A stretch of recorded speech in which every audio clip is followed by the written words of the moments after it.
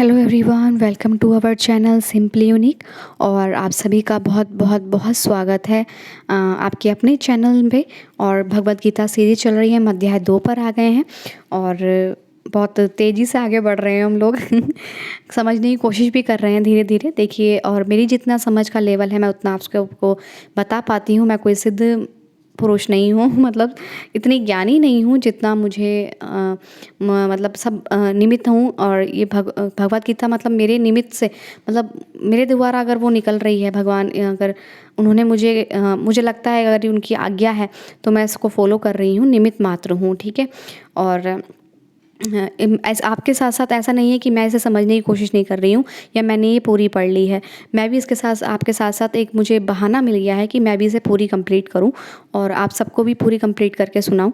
और चलिए देरी ना करते हुए श्लोक 3 पर चलते हैं, अध्याय 2 के।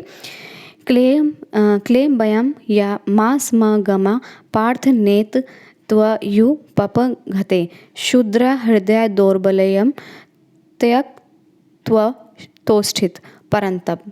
हे प्रथापुत्र, इस हीन नपुंसकता को प्राप्त मत हो, यह तुम्हें शोभा नहीं देती। हे शत्रुओं के दमन करता, हृदय की शुद्र दुर्बलता को त्याग कर युद्ध के लिए खड़े हो। अर्जुन को, मतलब इसका तात्पर्य, अर्जुन को प्रथापुत्र के रूप में संबोधित किया गया है। प्रथा कृष्ण के पिता वसुदेव की बहन थी। कृष्ण के पिता और वसुदेव की बहन थी, अतः कृष्ण के साथ अर्जुन का रक्त संबंध था। यदि क्षत्रिय पुत्र लड़ने से मना करता है तो वह नाम का क्षत्रिय है, और यदि ब्राह्मण पुत्र अपवित्र कार्य करता है तो वह नाम का ब्राह्मण है। मतलब जैसे आपका कैरेक्टर है, जैसे आपका चरित्र है, आप उसके विरुद्ध कुछ कार्य करते हैं। जैसे आपका चरित्र झूठ बोलना नहीं है, कभी भी आपने देखा होगा। ठीक है। अगर आपने उसके विरुद्ध आपने कर लिया तो आपको ना फिर आप वो नहीं कहे जाते, आप सत्यवादी नहीं कहे जाएंगे। ठीक है। अगर आपका बिहेवियर, आपका जो एक्चुअल नेचर है, उसके विरुद्ध आप जाके कुछ करते हैं तो आपको वो कहा नहीं जा सकता। ठीक है। ऐसे क्षत्रिय तथा ब्राह्मण अपने पिता के अयोग्य पुत्र होते हैं, अतः कृष्ण यह नहीं चाहते थे कि अर्जुन अयोग्य क्षत्रिय पुत्र कहलाएं। बहुत सखा थे, मित्र थे परम एक दूसरे के, तो वो नहीं चाहते थे कि अर्जुन ऐसा कुछ करे मेरे ही सानिध्य में आके कि उस पर ये लांछन लगे कि वो क्षत्रिय नहीं है। ठीक है। अर्जुन कृष्ण का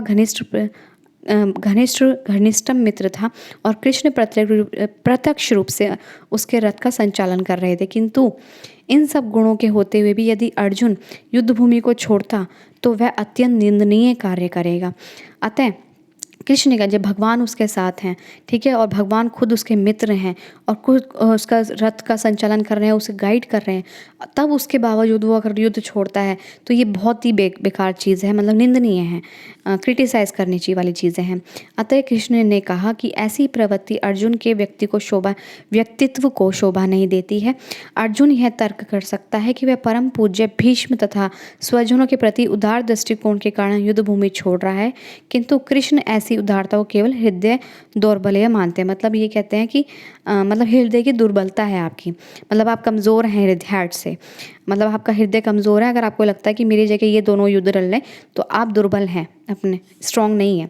ऐसी झूठी उदारता का अनुमोदन एक भी शास्त्र नहीं करता। अतः अर्जुन जैसे व्यक्ति को कृष्ण के प्रत्यक्ष निर्देशन में ऐसी उदारता या तथाकथित अहिंसा का परित्याग कर देना चाहिए। अर्जुन उवाच, श्लोक नंबर 4। कथम भीष्मः संख्य द्रोणं च मधुसूदन इषुम्भिः प्रतियोत्स्यामि पूजा हर्व रिसूदनम। अर्जुन ने कहा, हे शत्रुहंता, हे मधुसूदन, मैं युद्धभूमि में किस तरह भीष्म तथा द्रोण जैसे पूजनीय व्यक्ति पर उल्टा कर बाण चलाऊंगा।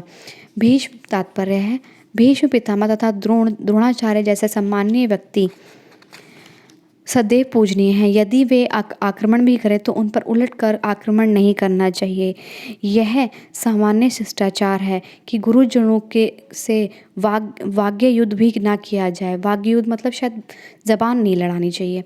यहाँ तक कि यदि वे रुक्ष व्यवहार करें तो भी उनके साथ रुक्ष व्यवहार ना किया जाए, तो फिर भला अर्जुन उन पर बाण कैसे छोड़ सकता है।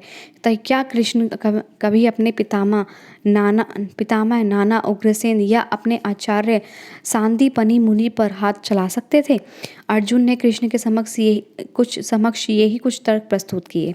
अब देखिए, उन्होंने कहा कि कोई ऐसा करता है कि अपने टीचर्स पर ही हाथ उठा दे, जबकि टीचर्स ही उन्हें शिक्षा दे रहे हैं और टीचर को ही उल्टा बोल दे। टीचर्स उसे सिखा रहे हैं कि आपको ऐसे बोलना चाहिए, ऐसे बिहेव करना चाहिए, ऐसे आपको कार्य करने चाहिए, और वो उल्टा ही जो सीख रहा है वो उल्टा उन पे ही अप्लाई कर दे, राइट। तो वो पूछ रहा है भगवान से कि मैं क्या करूँ, ऐसे अपने गुरु पे कैसे मतलब युद्ध लड़ूँ उनसे। गुरु न हत्वा की महानुभावना श्रेय भोक्तुम भैषमपहिह लोके हत्वार्थ कामस्तु गुरु निहैव भुज्ये भोगनारिधु रुधिर प्रगति प्रदिग्धान। ऐसे महापुरुष जो मेरे गुरु हैं, उन्हें मार कर जीने की अपेक्षा इस संसार में भीख मांग कर खाना अच्छा है। भले ही मैं सांसारिक लाभ के इच्छुक हूँ, किंतु हे गुरु तो गुरुजन ही लेकिन है तो गुरुजन ही। यदि उनका वध होता है तो हमारे द्वारा भोगे प्रत्येक वस्तु उनके रक्त से सनी होगी। तात्पर्य, शास्त्रों के अनुसार ऐसा गुरु जो निगम कर्म में रत हो और जो विवेक शून्य हो, त्याज्य हो है। दुर्योधन से आर्थिक सहायता लेने के कारण भीष्म तथा द्रोण उसका पक्ष लेने के लिए बाध्य थे। यद्यपि केवल आर्थिक लाभ से ऐसा करना उनके लिए उचित न था।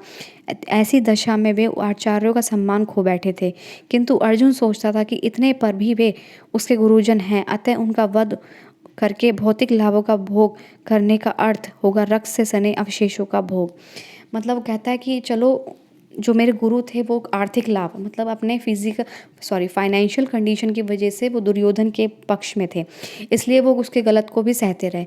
तो ऐसे गुरु को गुरु नहीं कह सकता, क्योंकि उनका विवेक वहाँ नहीं, उनकी समझ, उनकी बुद्धि, उनका ज्ञान वहाँ नष्ट हो चुका है। उन्हें नहीं पता कि ज्ञान और हम देने वाला और कर्ता धर्ता कोई और है, दुर्योधन नहीं है। लेकिन वो उसको भूल गए थे इतने ज्ञानी होने के बावजूद भी,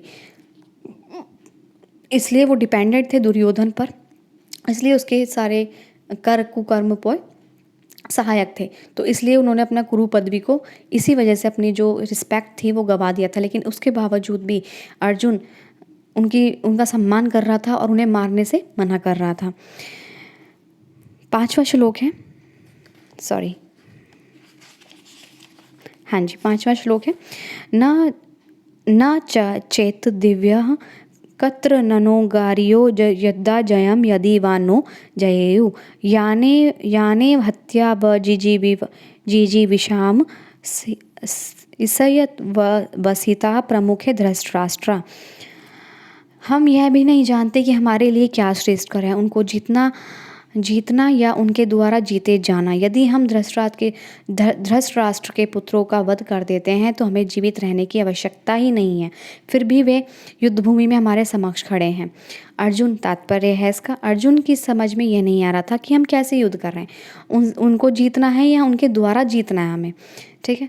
वो इनमें कंफ्यूज हो गए कि हाँ, यह नहीं समझ में आ रहा कि वे क्या करें, युद्ध करें और अनावश्यक रक्तपान का कारण बने। यद्यपि क्षत्रिय होने के नाते युद्ध करना उनका धर्म है, या फिर वह युद्ध से विमुख होकर भीख मांगकर जीवन यापन करें। यदि वह शत्रु को जीतता नहीं तो जीविका का एकमात्र साधन भिक्षा ही रह जाता है। फिर जीत भी तो निश्चित नहीं है, क्योंकि कोई भी पक्ष विजयी हो सकता है। यदि कोई उसकी विजय हो भी जाए क्योंकि उसका पक्ष न्याय पर है, तो भी यदि धृतराष्ट्र के पुत्र मरते हैं तो उनके बिना रह पाना अत्यंत कठिन हो जाएगा। वो ये सोच रहे हैं कि मतलब अगर मैं उनके बिना नहीं रह पाऊंगा, मतलब अगर मैंने युद्ध में उनको मार दिया तो मुझे ग्लानि होती रहेगी, मतलब गिल्ट होता रहेगा कि मैंने उन्हें मार दिया और मैं उस राज सिंहासन पर बैठ गया जो उनका था। मतलब उन्हें ये लग रहा था कि मतलब भिक्षा मांगना ज़्यादा इम्पॉर्टेंट है। और कहते हैं ना कि जो लोग सुखी सोचते हैं तो फिर उन्हें डर लगता है कि सुखी कैसे, दुख भी होना चाहिए, ठीक है। तो इसलिए बैलेंस भगवान ने शायद हमारी लाइफ में बनाया है कि सुख दुख का बैलेंस होना चाहिए, तभी हमें भगवान की शक्ति का एहसास होता है या खुद की शक्ति का एहसास होता है।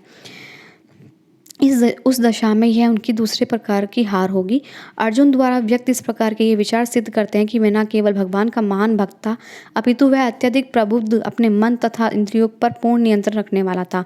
राज परिवार में जन्म लेकर भी भिक्षा द्वारा जीवित रखने की इच्छा उसकी विरक्ति का दूसरा लक्षण है। मतलब राजा होने के बावजूद भी वो ये कहते हैं, हमारा युद्ध ना करने का, अगर हम यहाँ पीठ दिखा के भाग जाते हैं तो हम भिक्षा हमारा एक सहारा है, हम उससे अपना जीवन यापन कर लेंगे, मतलब गुजार लेंगे। लेकिन उसके बाद भी भगवान कहते हैं कि भगवान का इतना वो है कि इसे बिल्कुल लज्जा नहीं आई, शर्म नहीं आई कि मतलब इतना बड़ा होते हुए भी, इतना विद्वान, इतना इतना अलग होते हुए भी ये भिक्षा मांगने के लिए तैयार हो गया है।